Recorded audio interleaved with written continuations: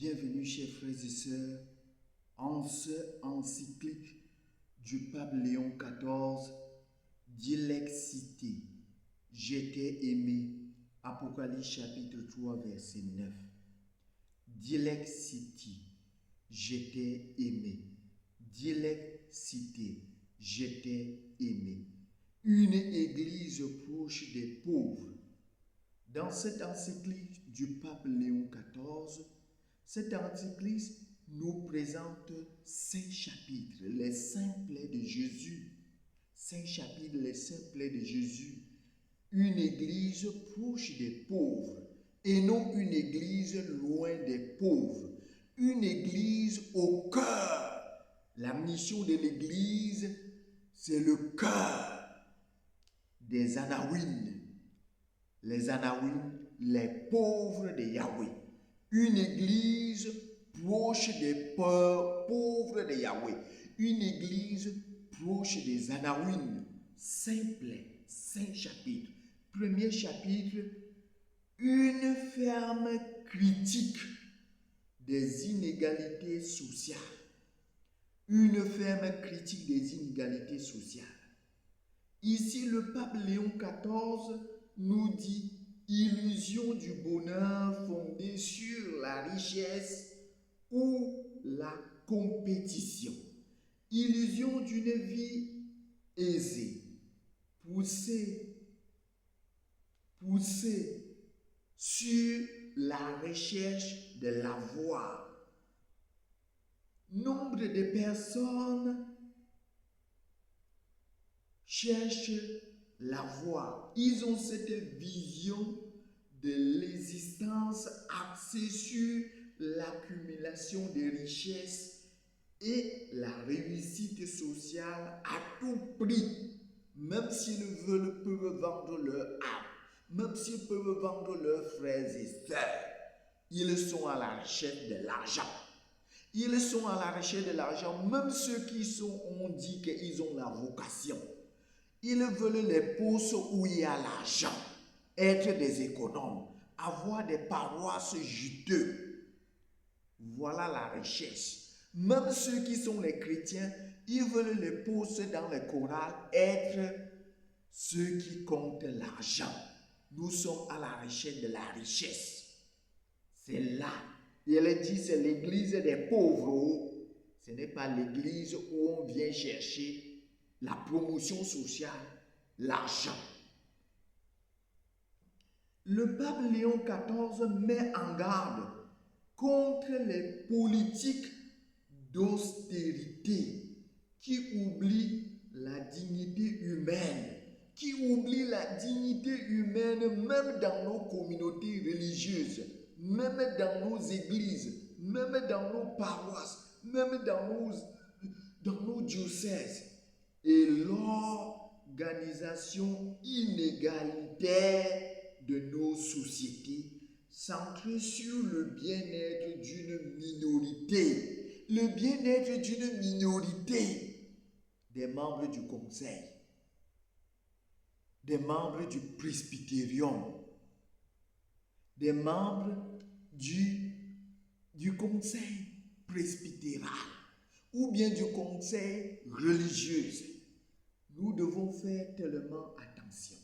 Et dans le 2e chapitre, il rappelle les catholiques à leurs obligations.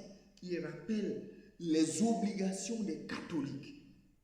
Que tu sois chrétien, catholique, simple fidèle, catholique, que tu sois religieux, catholique, que tu sois prêtre, catholique, que tu sois séminariste catholique, évêque catholique, toute personne qui se dit catholique, voilà le 2e chapitre, ce que le pape Léon XIV nous dit dans son exhortation d'Élexité. Il rappelle les catholiques à leur obligation. Dans Dilexité,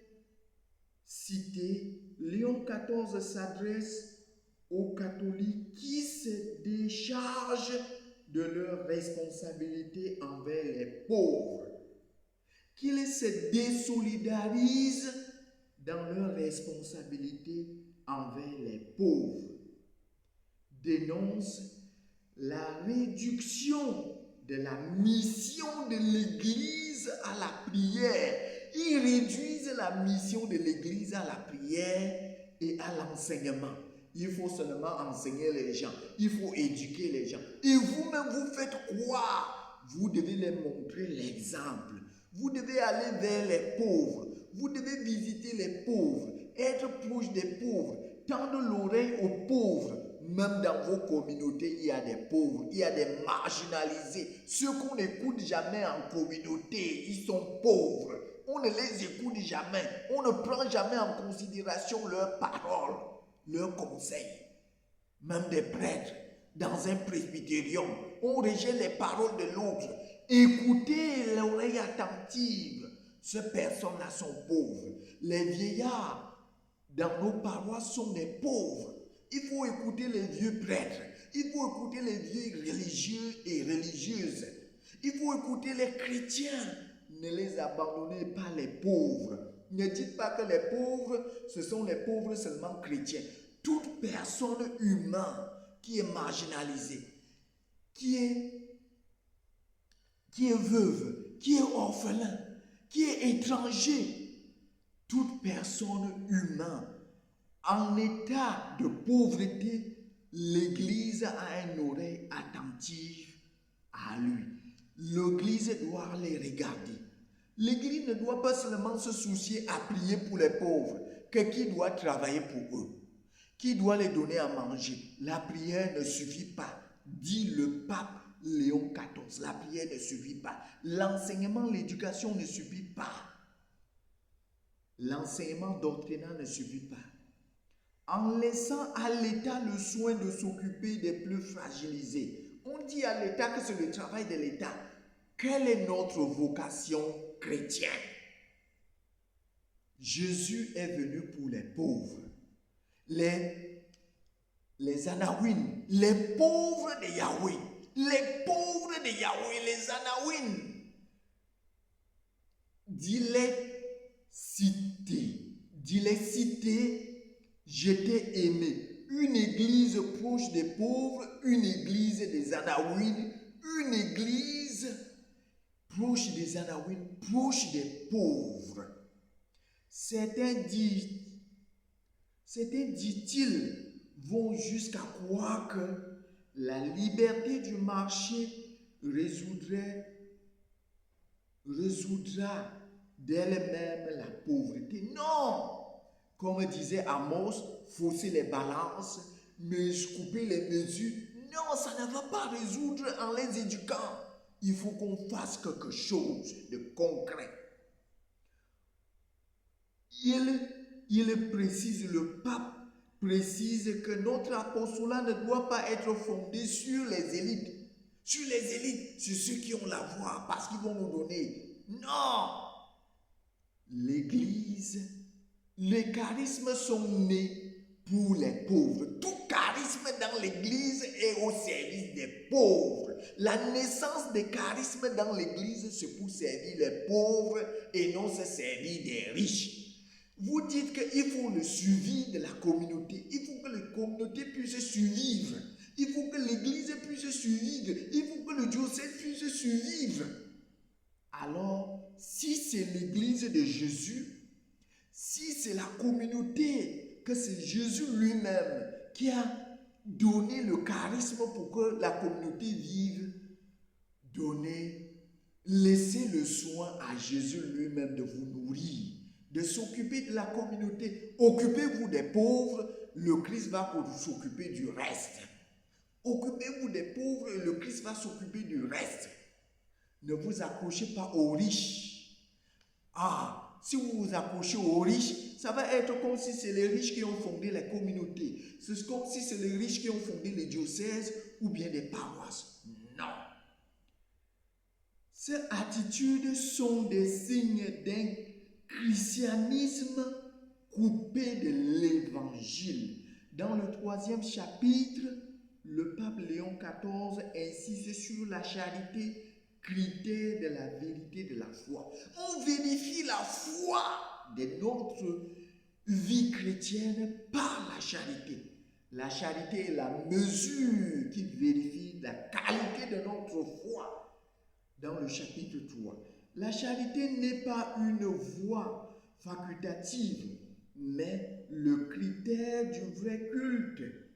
Dans le paragraphe 42, la relation aux pauvres n'est pas seulement importante, elle est au cœur de la foi. Le culte rendu à Dieu n'est pas authentique que s'il conduit à la compassion, dit le pape Léon XIV.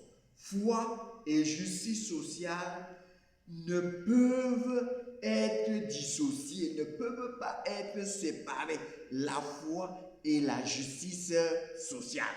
Si tu as la foi, il faut avoir en toi cette justice sociale envers les pauvres et envers les riches qui marginalisent les pauvres, envers ceux qui volent les pauvres, envers ceux qui maltraitent les pauvres. Tu dois être la voix des sans-voix.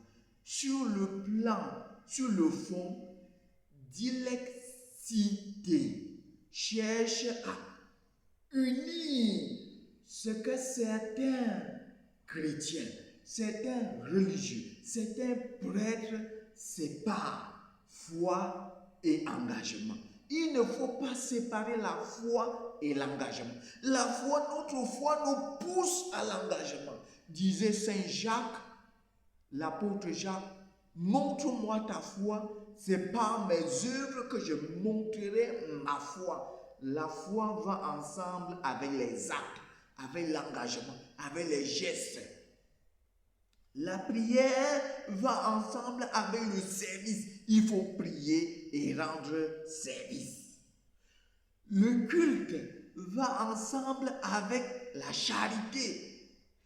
Les célébrations vont ensemble avec la charité, mon frère, ma soeur. L'amour envers les pauvres est la garantie évangélique. L'amour envers les pauvres est la garantie évangélique d'une église fidèle au cœur de Dieu, précise le cardinal Conrad. Le cardinal Conrad, c'est ce qu'il disait. Le chapitre 3 des Dilexités, le chapitre 3 des Dilexités est très beau. Il montre comment les pauvres ont toujours été au centre de la préoccupation de l'Église, au centre de la préoccupation de la mission de Jésus et de la mission des apôtres. Et ce sera la préoccupation de notre mission aujourd'hui dans notre siècle. 4e chapitre, il parle du rejet de la bienfaisance. Le rejet de la bienfaisance. Le pape Léon XIV refuse ici la logique de l'assistance. Il emploie 2 fois le mot bienfaisance au lieu de l'assistance. Il emploie plutôt le mot bienfaisance au lieu de l'assistance dans l'exhortation Dilexités. L'exhortation, pour mieux le recuser, les pauvres ne sont pas des objets de générosité de notre part. Les pauvres ne sont pas des objets de générosité de notre part, mais des sujets capables de créer leur propre culture. Leur propre culture. La charité chrétienne ne consiste donc pas à faire des choses pour les pauvres, non, mais de faire avec les pauvres, les appeler, les amener à l'intérieur pour qu'ils contribuent, les amener à travailler. Il faut les apprendre à pêcher et non les donner les poissons chaque jour. Ça, c'est ce que les riches font. Sinon, vous devenez les riches qui les donnent seulement à manger, sans les montrer comment ils ont fait pour être riches. L'enjeu est d'en faire des protagonistes. Dans le 5e chapitre, le pape Léon XIV, dans son exhortation apostolique d'Ilexité, la reconnaissance de la théologie de libération. Dans le 5e chapitre, il reconnaît la théologie de la libération des latino-américains. Il assume explicitement l'héritage des latino-américains. Il cite ici le document publié par la Congrégation pour la doctrine de la foi en 1984 et retient ce passage. Le souci de la pureté de la foi ne va pas sans le souci d'apporter la réponse d'un témoignage efficace de servir au service du prochain, de servir les pauvres au service du prochain, et tout particulièrement du pauvre et de l'opprimé, de la veuve, de l'orphelin, de l'étranger. Cette référence marque la conclusion du document de cette exhortation d'Ilexité du pape Léon XIV, publié le 9 octobre 2025 à midi pendant l'Angélus. En ce mois d'octobre, en ce mois, le plus beau mois de l'année, le mois du rosaire. C'est le mois du rosaire, c'est le mois le plus beau. À la Vierge chérie, récitons le chapelet. Voici succinctement quelques mots clés de la lecture de cette exhortation d'Ilexité.